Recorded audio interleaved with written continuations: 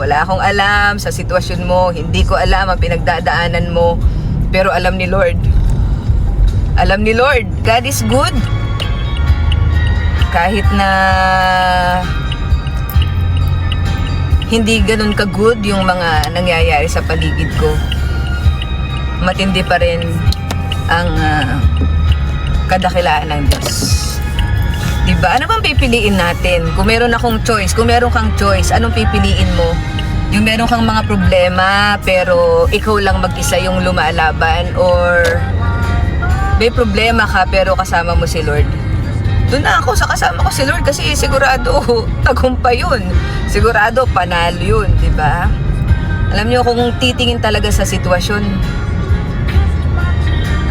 titingin talaga ako sa sitwasyon, kung titingin ako sa mga problema ko, wala, talagang panghihinaan ka ng loob, talong-talo.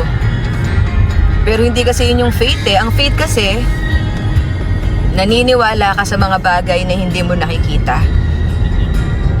Nag-hope ka sa mga bagay, umaasa ka sa mga bagay na alam mong hindi mo kayang gawin kasi mahirap, kasi imposible, pero alam mong kaya ni Lord. Kasi walang mahirap sa Kanya, walang imposible sa Kanya. At minsan, kaya tayo nahihirapan, kaya ako nahihirapan, kasi ginagawa ko yung mga bagay na dapat hindi ko naman ginagawa. Ang problema, diba? Ang mag-alala. Eh, sabi ni Lord, do not worry about tomorrow, for tomorrow will worry about itself. Pero yes, naiintindihan kita kung sinasabi mong hindi mo kasi alam, Victoria, kung ano yung pinagdadaanan ko. Hindi mo alam, Victoria, kung ano yung hirap na hinaharap ko. Wala kang alam, kaya madali mo lang sabihin yan. Oo, agree ako. Wala akong alam sa sitwasyon mo. Hindi ko alam ang pinagdadaanan mo. Pero alam ni Lord. Alam ni Lord. Si Lord na lumikha ng langit at ng lupa. Ang Diyos na lumikha ng lahat ng nasa kalangitan, kalupaan, karagatan. Siya yung nagpangalan sa bawat bituin sa langit. Lumikha ng araw at ng buwan. Alam niya yung sitwasyon mo. Alam niya yung mga palihim mong iyak, patago mong iyak. Alam niya yung mga hindi mo masabing salita. Alam niya yung pinagdadaanan mo. Alam niya yung kaibuturan ng puso mo. Alam niya. Kasi siya yung naglikha sa'yo. Siya yung lumikha sa'yo. Kaya yung sinasabi ko, hindi lang to encouragement para sa'yo. Habang nagsasalita ako, naririnig ko yung sarili ko. Encouragement to para sa akin na gusto kong sabihin, Victoria, higit sa pinagdadaanan mo,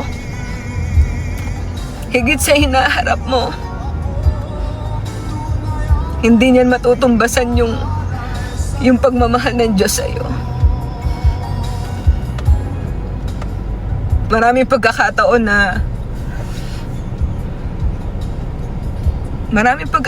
na sobrang nakita ko na kung paanong kumilos ang kaaway sa buhay ko. Pero mas maraming pagkakataon pinaramdam ng Diyos na hindi niya ako iniwan, hindi niya ako pinabayaan. Kaya sa'yo na nanonood sa akin ngayon, hindi ko alam yung pinagdadaanan mo, hindi ko alam yung sitwasyon mo. Hindi ko alam kung naniniwala ka pa sa mga salita ng Diyos, sa mga pangako niya. Pero ang sigurado ko, alam ng Diyos yun, yung pinagdadaanan mo. Alam ng Diyos yung sitwasyon mo. Alam ng Diyos na nahihirapan ka na napapagod ka na.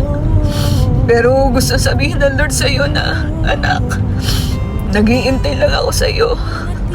Nag-iintay lang ako na lumapit ka sa akin at tumawag ka sa akin. Lord, sa oras na ito, hindi ko man kaharap personal yung mga taong nanonood sa akin. Pero ikaw yung Diyos na kahit saan nandun ka. Alam mo lahat ng pinagdadaanan namin, Panginoon. Alam mo yung pinagdadaanan niya. Alam mo yung hirap niya, Lord. Alam mo na gusto niya nang sumuko. Pero Lord, dalangin ko sa oras na ito na maranasan niya, Panginoon, yung kapayapaan na nagmumula sa iyo, yung pagmamahal na nagmumula sa iyo. Na Lord, kung meron man kaming mga pagkakamali, na gumawa kami ng desisyon sa buhay namin na hindi ka namin ina-acknowledge, Lord God, please forgive us. And Lord, hayaan mo itong tao na to na nanonood sa akin.